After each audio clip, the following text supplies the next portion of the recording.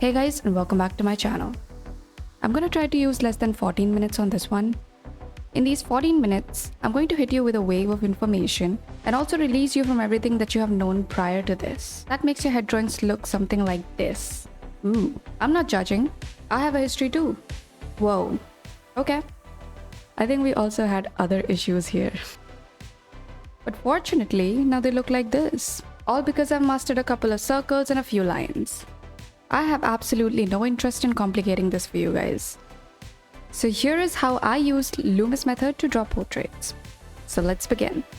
Andrew Loomis in the year 1940 was tired of everyone's book and thought, y'all need to get this right. He also wrote a book which covers the basics of portraits, but you don't actually have to read the entire book because your girl got you covered. Okay, for starters, let's imagine there is a sphere that is flat from both the sides. So we're cutting off the edges. Chop, chop, chop. Now this sphere is flat from the sides just like planet Earth. Our head basically is exactly like the sphere. It's flat from the sides and curved from the front and the back. If we place wrapping lines on it, you get the Loomis method. I'm going to use a couple of wrapping lines to explain you the fundamentals.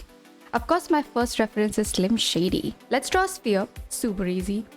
We're always going to start off by drawing the line for the eyebrows, always. Now his face is looking slightly up, so it will be a horizontal line but curved like this and not straight. And it's usually at the center of the sphere.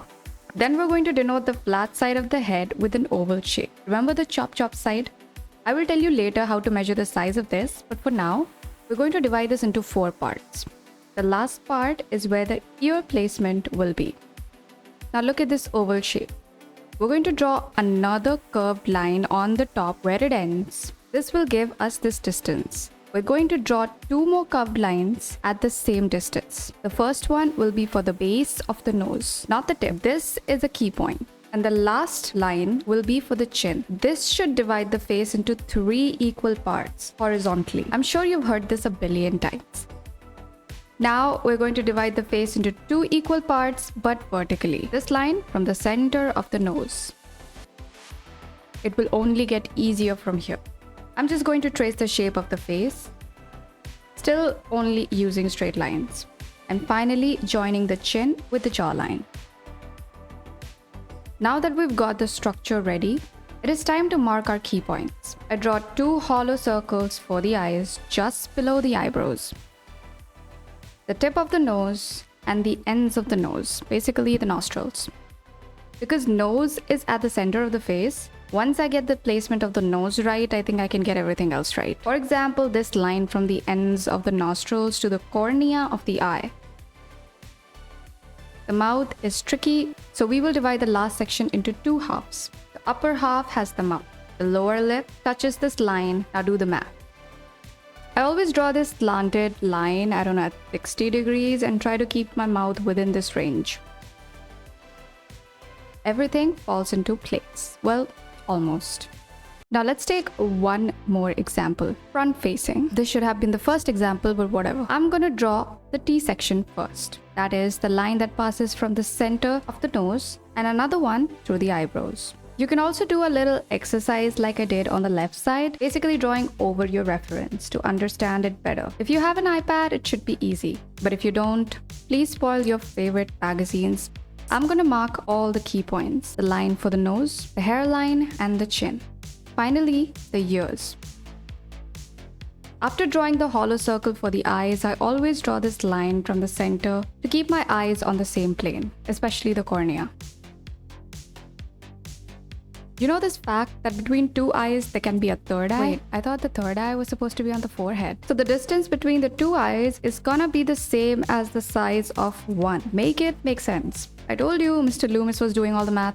Here is the base of the nose and here is the tip. Sometimes the hair falls over the hairline. Let's check all the other key points too. For example, the last section into 2 halves for the mouth and the line that goes from after the cornea to the nostrils. Now placing the mouth is simple. All you have to do is draw these 2 lines at, I don't know man, 60 degrees from the nose and there you have it. If I test this one last time over my reference, I think I got most of the key points right. We're not part of the Resident Evil simulation. We're not clones of each other. That is why some people have a broader face, a slimmer face, and a round face, heart-shaped face, etc, etc. That is why this method is perfect for getting the ratios right.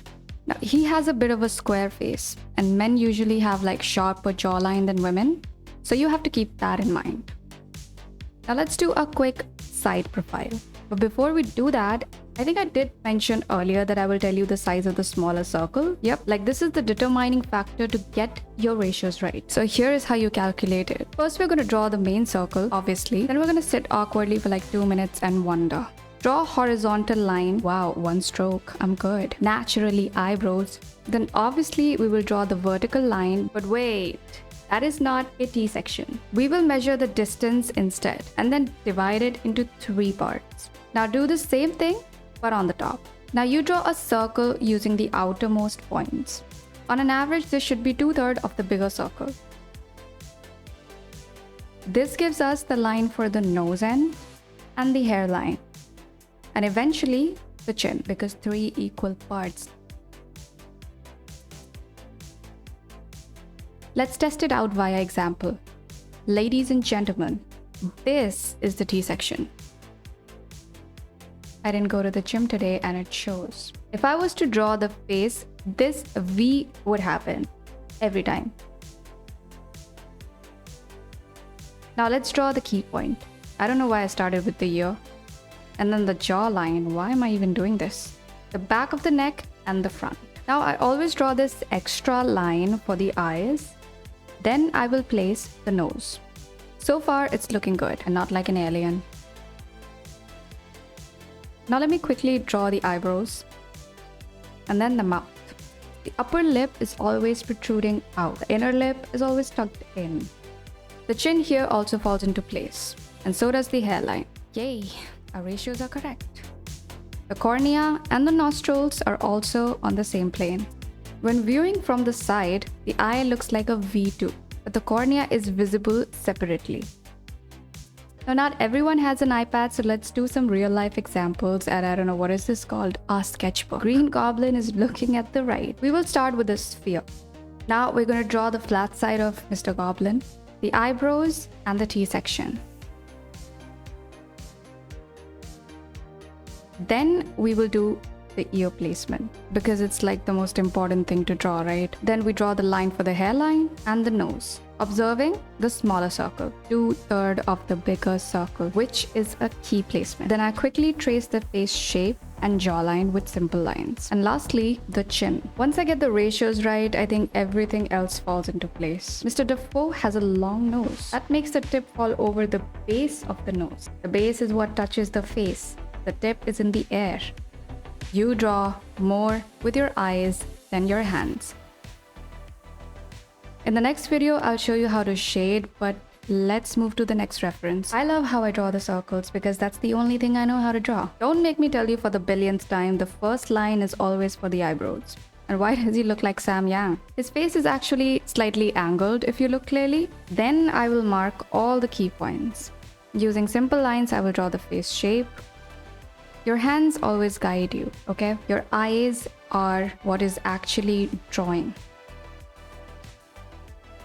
So focusing on bigger shapes rather than smaller details at early stages of any drawing can teach you so much. This C curve of the nose always starts with the eyebrows. Once I get one thing right, I use that as a key point to get the next thing right.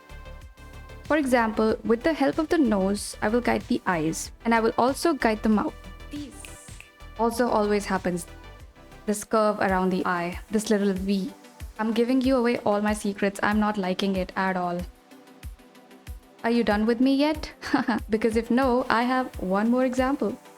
Focus on your basics. Now this reference I chose particularly because of how tricky the angles are. I'm not saying you necessarily always have to draw something like this, but at least you should know. You have no idea how many thirsty references I had to scroll through to get this particular angle. The sphere will be the same as usual, but because this dude is looking at the top, the flat side of the face will look a lot smaller. The T section will be the same as usual.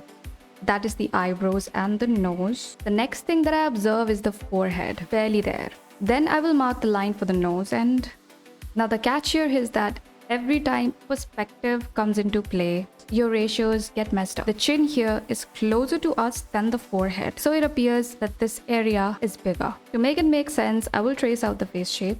Everything else will remain the same. Baby steps. You will see more of the upper lip than the lower lip because it's always protruding out.